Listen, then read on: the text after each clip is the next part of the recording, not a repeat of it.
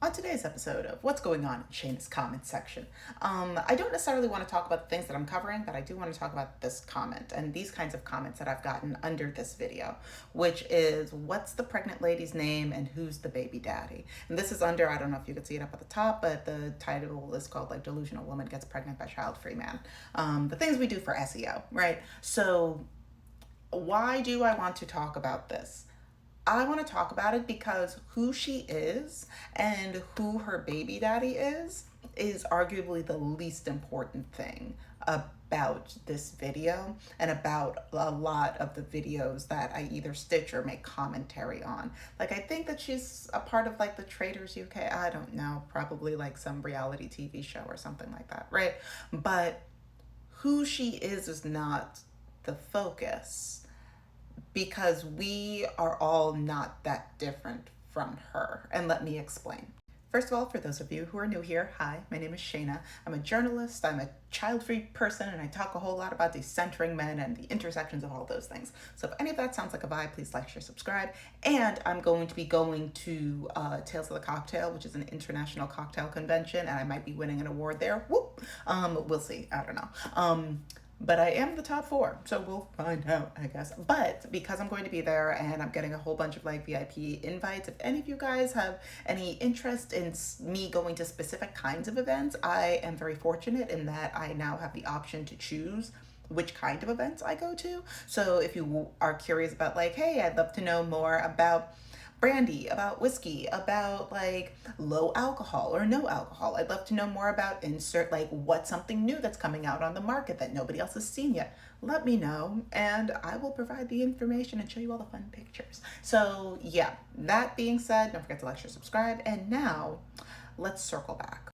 It's like 95 degrees outside, 2 o'clock on a Tuesday, and I feel so bad there are people outside that have to blow grass in the middle of this heat. Anyway, that's why this is on. There is a Maya Angelou quote that I continue to butcher and I have never fully memorized, but it's something along the lines of if it is within the human experience, then it is not above me or beneath me.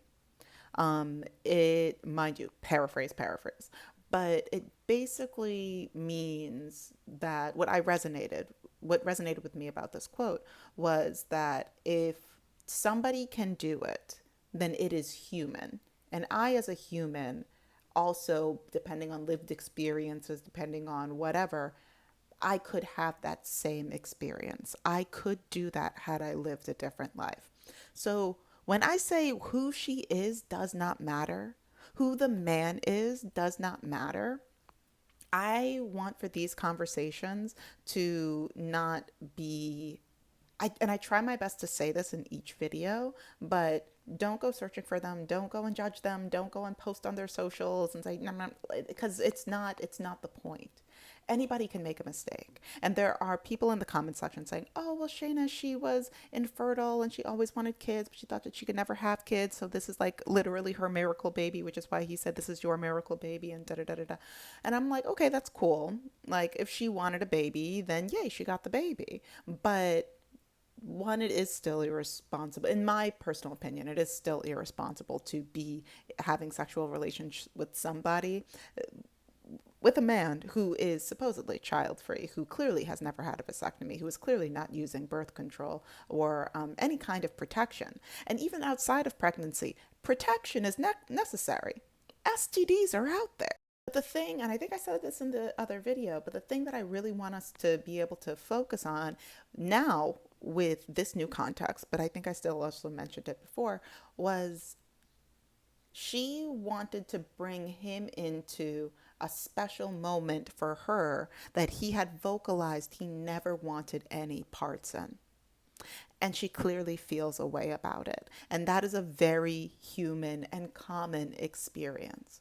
Whether that's because she thought that he would be excited to have a baby with her specifically because she thought that she meant all of these things to him, that all of the words that he said, all the things that he did, that he, because it was her and her baby, and she thought, oh, well, I would be the person that makes this different.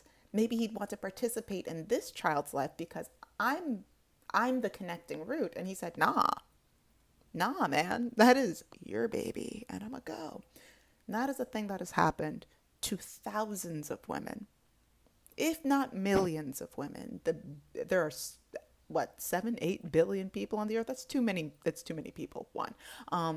But yeah, wouldn't surprise me if that something like that has happened to millions of women, millions of people with uteruses who can have babies and fall in love with a booga, you know. And so having these conversations is less about figuring out who she is. And not to say that you figuring out who she is or whoever figuring out who she is to judge her, but it's not about her. It's not about her. There's a lady, and she's very popular in the Black community. Her name is Iyanla Van Zant. She's a lot. She's a lot. She makes great TV. She's no longer making new TV, but she makes great TV. And there's a quote that she said that is, I am not my sister's keeper. I am my sister. To say you are your sister's keeper means that there is a separation of human existence. I am over here and I keep you. You over there, I keep. But if you are your sister, then that is a much more personalized experience of the other person. Another person is nothing but a mirror, right? And so, one second, more emails. And with this, I want her experience to be not just her experience, but the other people in whatever series that I'm making about child-free living, decentering men, all of that. I would love for these people to be mirrors for ourselves, to have conversations so that way we can see the sad and real and messy and heartfelt and optimistic, but also delusional realities that we all experience, especially when love or romance or whatever is in the mix. And so, oh my God, more emails. So these kinds of conversations are like, what can we learn?